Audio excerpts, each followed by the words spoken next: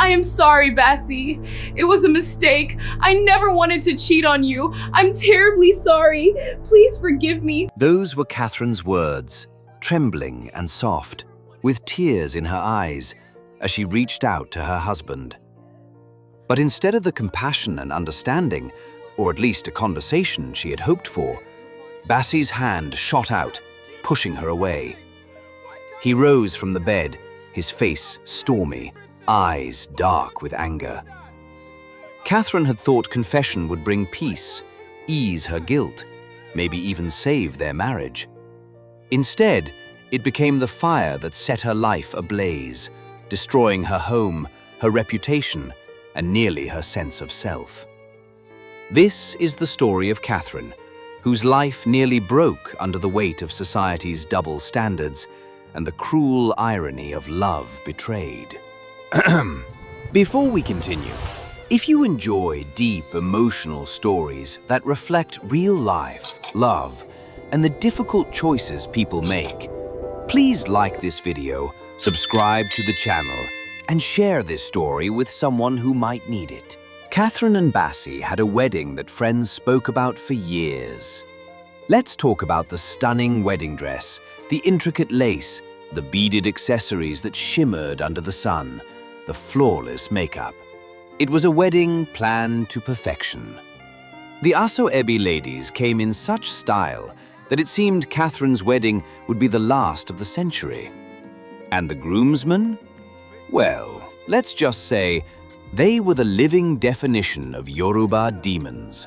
Sharp agbada, footwear that went to Harvard, accessories that made the eyes water, sly smiles, and enough charm to make heads turn. The vows themselves were spoken in hushed, trembling tones. Till death do us part, forever love, through thick and thin. Love, laughter, and hope filled the air, as if the heavens themselves were nodding in approval. Friends dabbed their eyes. Even the most unemotional aunties sniffled quietly behind beautifully decorated fans. It was a union that looked perfect, untouchable, destined for fairy tales.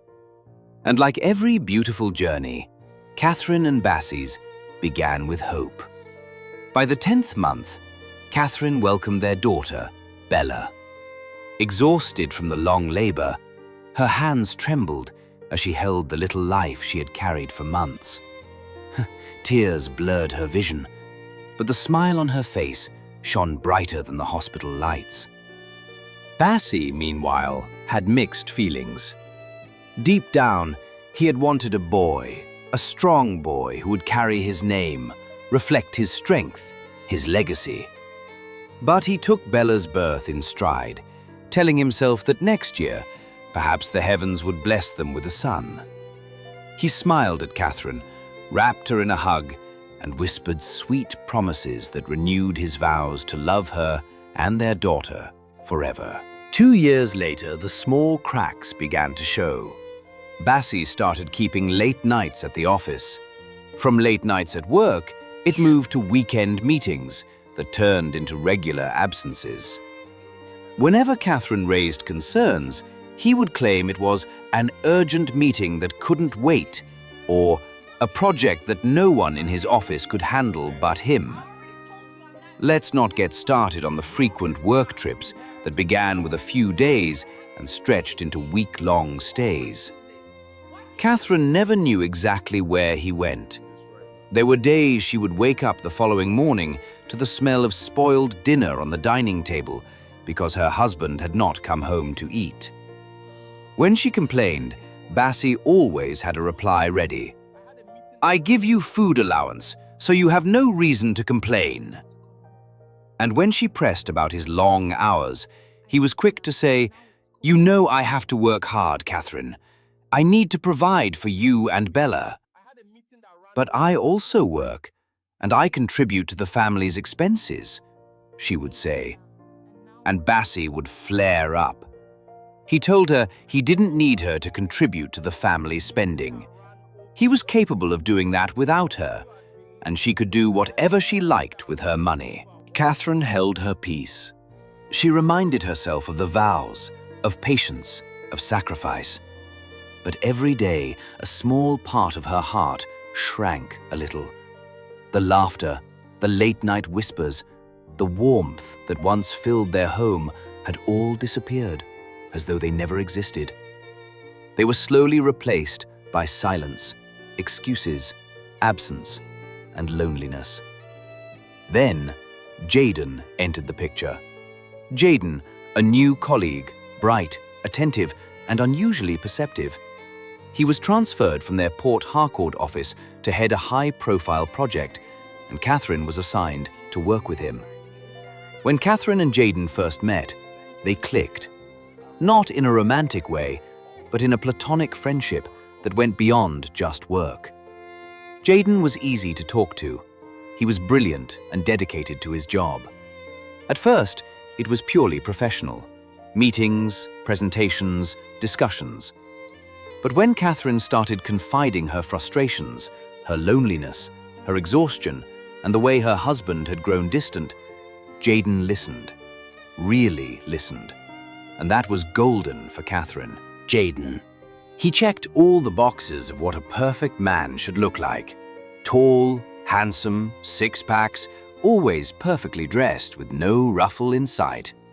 He was the true definition of someone's love story. But that someone wasn't her. She was married. She had a daughter. Jaden was kind, thoughtful, funny. He made her laugh after long, silent evenings at home. He was the shoulder she leaned on.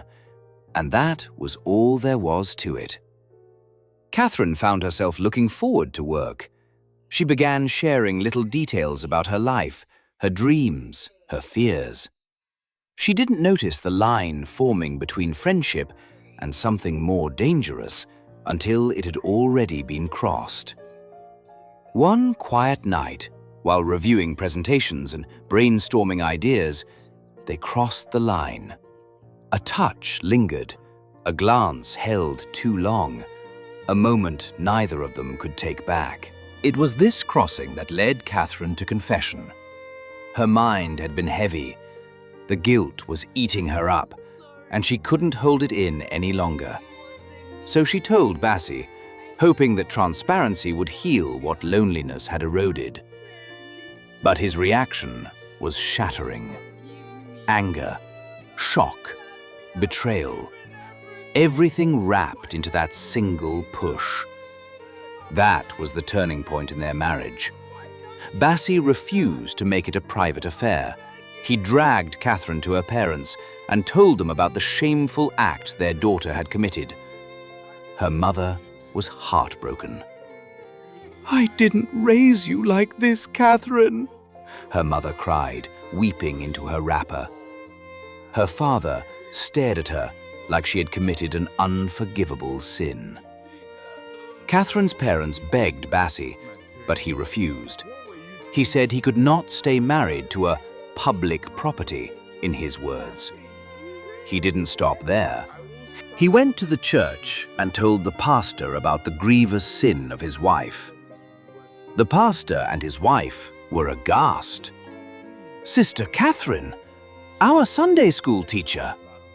The devil had entered the household of God. The pastor didn't keep it a secret either. There was no need for counseling to help the couple heal. The matter was tabled on the pulpit. Catherine was called to the front before the congregation, and her sin was revealed. Everyone looked shocked. Sister Catherine, the firebrand sister? She became an outcast. She was relieved of her role as a Sunday school teacher and was stopped from participating in any church activities. Each Sunday, she would come to church and sit quietly. But the pastor made sure her failure was a lesson to others. Each sermon reminded her of her sin, even if it was indirect. Catherine's guilt became a living, breathing shadow. She felt judged at every corner, weighed down by society's unforgiving hand. Bassie filed for divorce. Whispers spread like wildfire. Friends and family stared at Catherine with judgmental eyes and sympathized with Bassie. Then came a twist she could never have imagined. One day, Bassie left his phone behind. A message notification sounded, and out of a mix of curiosity, fear, and desperation, Catherine picked up the phone and opened the message. What she discovered froze her soul. Messages, photos, chat histories. Bassie had a mistress, a relationship that had been ongoing for years. In fact, it dated back to a year after she gave birth to Bella. And that wasn't even the worst part. Bassie had fathered 2 sons. While she had been wallowing in guilt over one night of vulnerability, Bassie had been living and breathing the same sin for years. The truth clicked into place. His anger, his insistence on divorce, it had never been about her alone. It had been about protecting his secret life. Bassie returned in a hurry, rushed to the bedroom to get his phone, and saw Catherine holding it. He flared up again. He called her unimaginable names and told her she had pushed him into having a mistress. Catherine experienced hurt all over again. That afternoon, she called her mother-in-law to report what her husband had done. They supported their son. "What did you expect?" they asked. Their son needed male children to carry on the family name. She was shattered. She called her pastor's wife and asked to see her to discuss something important. Pastor's wife asked her to come over. Catherine got to the church office and broke into fresh tears as she poured her heart out and told her about the discovery. Mummy G.O. told her to calm down. She said men would always be men. Men were weak. It was in their nature to cheat. That was why it was not a good idea to check their phones. "By the way, why were you looking in his phone?" she asked. Catherine didn't respond. She stood up and, like a zombie, walked out of the church office. She felt tired, drained, spent. Funny how the same world that crucified her for one mistake now condoned her husband's betrayal. The hypocrisy was unbearable.